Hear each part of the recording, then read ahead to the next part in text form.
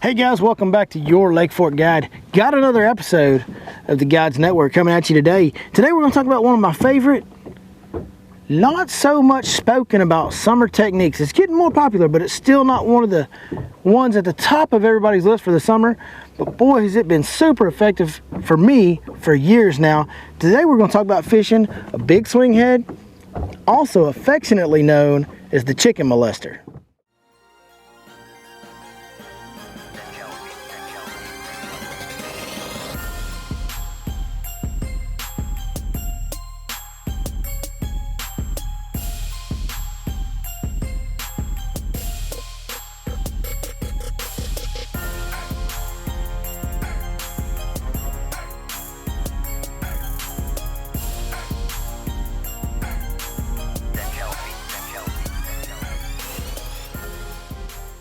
So guys, this bait has been a bait that I've fished for a lot of years now, and it always starts shining. Every time we get to summer, get some offshore fishing going on around East Texas, this bait really shines. I think it also shines in a lot of other situations though. If you've got a lot of current driven water or a lot of wind current, okay, it can shine in shallower water on wind blown points or current driven points or current seams and eddies and different type of fisheries like that. This has traditionally been known to succeed in those type of situations as well. But for us around here, we don't have a lot of current driven fisheries, but man, does it work in the summertime. And it has caught some of the biggest fish every summer for me ever since I started using it. Now I'm sure you guys are wanting to know about that name, the chicken molester. So let's get right into the gear and I'll explain it to you. This is the traditional one, the one that most of you guys have, if you've heard about it, you've seen it before, this is the one you've seen, okay? This is going to be the Jean LaRue Biffle Bug on a swing head. Now the swing head that I choose to use is the 6 Sense swing head, and I'm going to tell you why. One big reason. That screw lock right there saves me a lot of baits. The traditional hard head does not have a screw lock. It simply has an EWG hook attached to the head. Now the screw lock is attached to the hook and not the head, so the bait's still swinging free just like it is on the others, but you don't tear your baits up here at the head near as much because of that screw lock. More so than it's saving me plastic or saving me money, I'm concerned with the time that it saves me by not having to dig around, get more baits, and change out baits nearly as often because of it. So that's your traditional swing head setup. And I like the 3/4 ounce, guys. I found for me, 3/4 ounce gets me through 99% of the situations. Like I said, this is a current driven bait. Mainly for me, it's a deeper water offshore bait, but even if I am fishing it shallow, I'm only gonna fish it when I have a lot of wind current or a lot of current generated in that lake by other means. So for that reason, I always want a heavier bait. I never see a reason, honestly, to fish one of these in a 1/2 ounce or a 3/8 or anything like. They make them. I just don't find much reason to use them in the lighter applications. So for me, 3/4 ounce gets it through most of the time. Now, the one exception is if it's super windy or I've got a super high amount of current for whatever reason, I will go up to a 1 ounce. And here's a good shot of you guys, one that's not rigged, so you can kind of see it without the bait in the way of seeing anything. You just got the 3/4 ounce football head, the hook swings free, the screw lock's attached to the hook, which swings free, and that's kind of your setup right there. Got your line tie right on the top. Now there's another bait that I use, and here's where you guys are going to find out about our favorite name for this bait. There's another plastic that we use on this bait, and it's the Smoking Rooster from Strike King. The Strike King Smoking Rooster, a little bit bigger profile, but still a creature bait. A lot of swimming action in that Rage series by Strike King. This bait accompanies this rig extremely well. You can see we've been throwing it on this one, and I don't know how well this will show up on camera. You can see the paint missing, that's from rocks and such. Hopefully you can see just a few of the daggum teeth marks on that thing, because that head right there, that 6 Sense head has caught, I don't know, I can't count that high. We've affectionately nicknamed it the chicken molester because I would imagine that a smoking rooster. I would imagine that a smoking rooster might at some point have molested a chicken. I'm not trying to be too dirty, I'm just saying. So that's what we nicknamed it. Now for rod, reel, and line, guys, I think this is important. I think anytime you're fishing deep, you got a lot of line out, and you're fishing a dragging bait, a bait that you're gonna fish on the bottom, which we'll get in the presentation here in a minute. But a bait that you're gonna fish relatively slowly, I think rod sensitivity is of utmost importance, because when you have a lot of line out, if you don't have a super sensitive rod, there is a lot of bites that you will not feel. Now, when it comes to sensitivity, the rod that I've chosen to use this on, I believe, is the absolute most sensitive rod I've ever felt in my life. The 6 Sense Sensory Series. I like to throw it on the 7.7 heavy. You can also throw it on the 7.4 extra heavy. They both work well. I prefer the 7.7. I'm a little bit of a taller guy, so I like longer rods. And I like longer rods when I've got a lot of line out as well. So the 6 Sense Sensory Series 7.7 heavy is my ideal choice.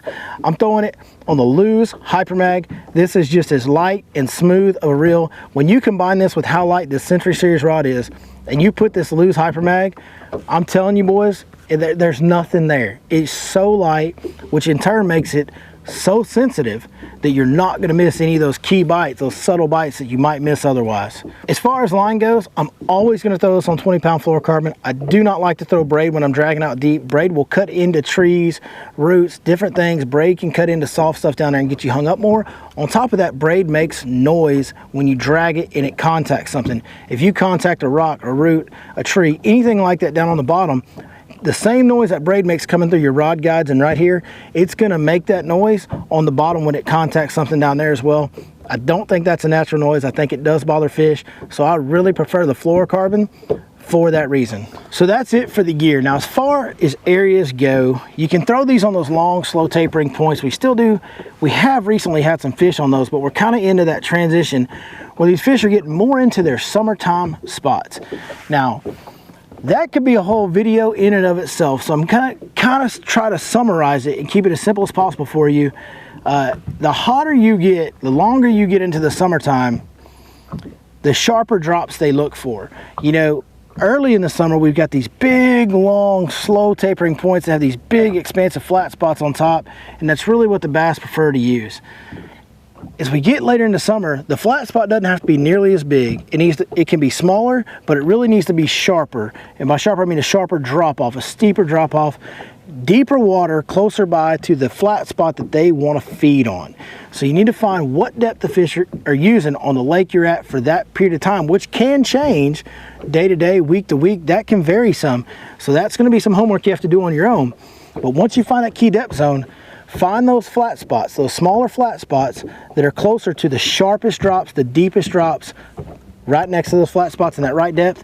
That's going to be your key areas. Now, these can occur through, as we get later in summertime, I really like pond dams. I like road beds, especially around the bridges on the road beds, because, man, you can't get a steeper, sharper drop than falling off the side of a bridge. Those things tend to really work well. Humps, small humps that come up and have a big drop off on all sides, all the way around. Those seem to perform really well, hold a lot of big fish in the summertime. So instead of looking for some of those long points, start looking for some of those more subtle things like the pond dams, the roadbed bridges, and the big humps. I think that'll help you key in on better groups of fish as we get later in the summer. Bottom line though, at the end of the day, depend on this thing that's right here below the camera lens, your electronics. It's so important to get to understand and learn to use your electronics and learn to interpret what it is you're seeing. Because these electronics, they will not lie to you. And no matter what I tell you about what type of spots to use or anything like that, guys, in the summertime especially, the hotter it gets, these schools will roam around a lot and move a lot, looking for whatever suits their fancy, whatever's most comfortable to them. Oxygen content, temperature, wind current, all these things can affect what they'll set up on any given day.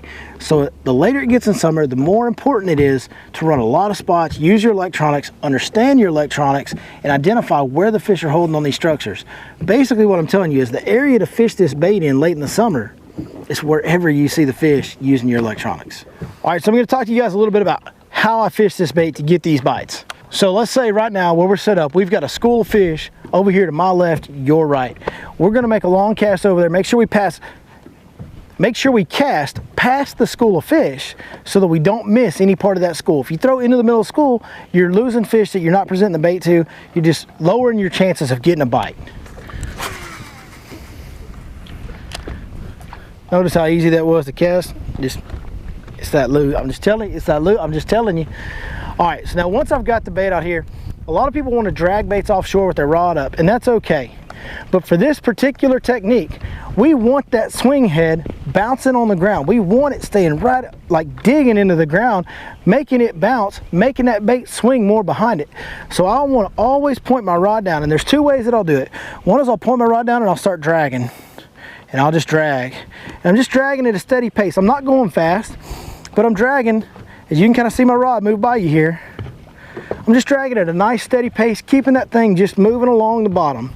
Now the other way to do it is you can actually point your rod down all the way to the water and just slowly reel. Now this takes a lot of discipline. It's real easy to reel too fast.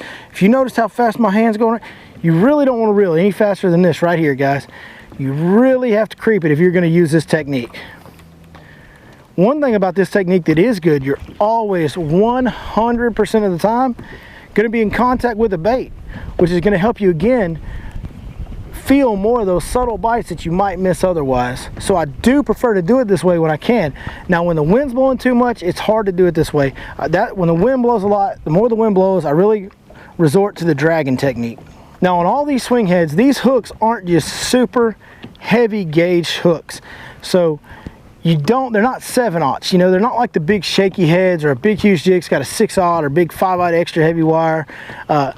The wire is just not as thick as some of our other offshore baits. So you don't need to get as much of the He-Man step back rock the boat hook set.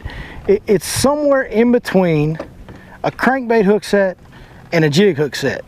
Somewhere in between those two things is what you're looking for. So as I'm dragging this bait, if I get a bite, I'm going to point my rod back at the fish, reel up all my slack. Once I feel weight, I'm just going to pull like that right there.